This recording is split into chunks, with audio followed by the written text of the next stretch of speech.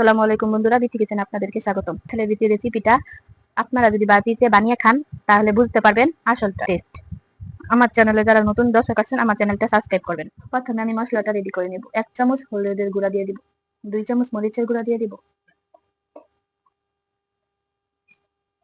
1 চা চামচ সরিষা পাতি দিয়ে নেব, একটু পানি দিয়ে মিশিয়ে নেব।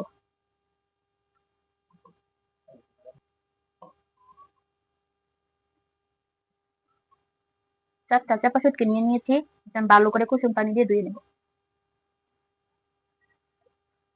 হালকা কুসুম গরম পানি দিবেন, নয়তো চাপাটা গলে যাবে।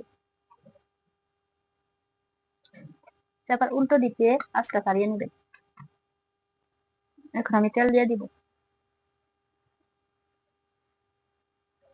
এখন আমি পেঁয়াজ কুচি দিয়ে দিব। পেস্টটা আমার হালকা ভাজা হয়ে গিয়েছে, এখন আমি কেটে রাখা রসুন দিয়ে দিব।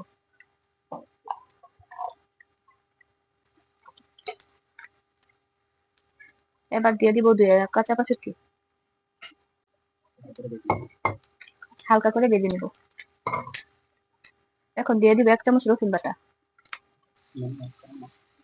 এবার দিয়ে দিব ম্যারিনেট করা মশলা।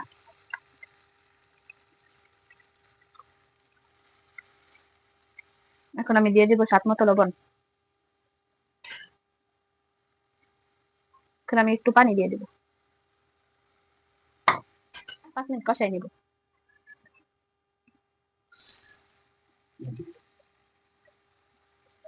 মশলা থেকে আমার তেলটা বেরিয়েছে, এই পর্যায়ে আমি দিয়ে দিব কেটে রাখা ধুয়ে রাখা কাঁঠালের বিচি। এখানে আমি 20 থেকে 30টা কাঁঠালের বিচি নিয়েছি, আপনারা চাইলে গরম পানি দিয়েও সিদ্ধ করতে পারেন হালকা। এখন আমি ঢাকনা দিয়ে ঢেকে দিব।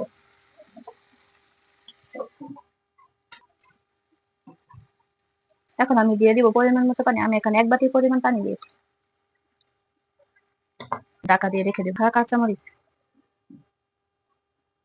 চলে আসলাম 20 মিনিট পর। দেখুন পানিটা কতটা শুকিয়ে গিয়েছে। এরকম করে আমি কাঁঠালের বিচিটা আরো ভেজে নিব 10 মিনিট। কাঁঠালের বিচি ভুনাটা প্রায় হয়ে গিয়েছে, নামিয়ে নিব।